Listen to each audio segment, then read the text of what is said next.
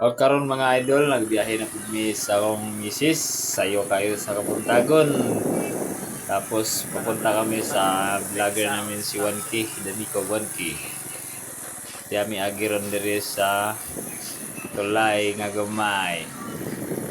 Kaya mga idol, sayo kayo sa buntag mga alas 6 pa kini sa mong pagbiyahe.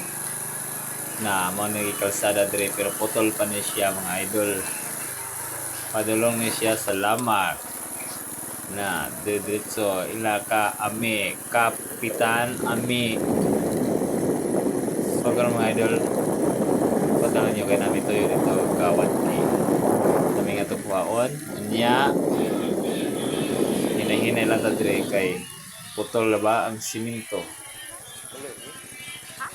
nya liko na tagamay dol lang ilang mga idol na paliko na ta lapro dire sonahan lapok gamay dangot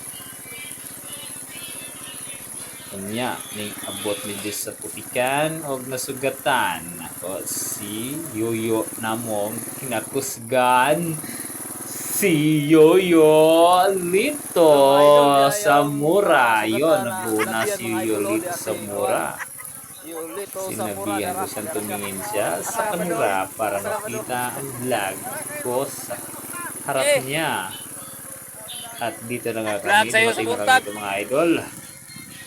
At ito na ang lugar ni Vlog 1K, Dami ko 1K. Ito na, may kapitbahay na pala si Dami ko 1K dito mga idol.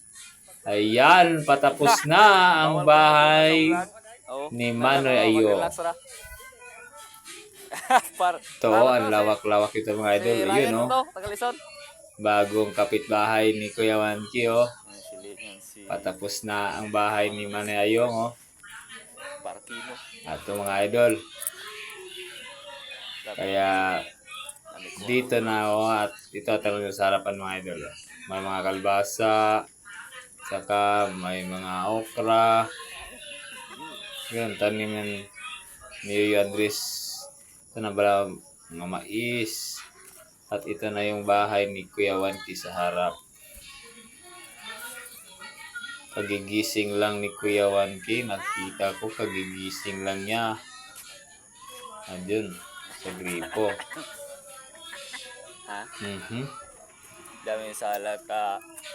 Ang dali-dali siyang pumasok oh. Vlogger si Pino. Anong ginagawa niya Kuya Wanti? Magpapainom ng manok niya. Kaya pala niya ayaw nagbibisitahin yung bahay ni Kuya Wanti kasi ayaw niya hingian siya ng manok.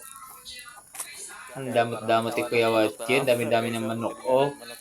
Kinakain na nga yan ng halo dyan. Kami yung halo yung mga idol sa Tagalog, bayawak. Yan oh. Bibisitahin ko to next time. Daming tangkal nito ni Kuya Wanti dito mga idol. Bye-bye.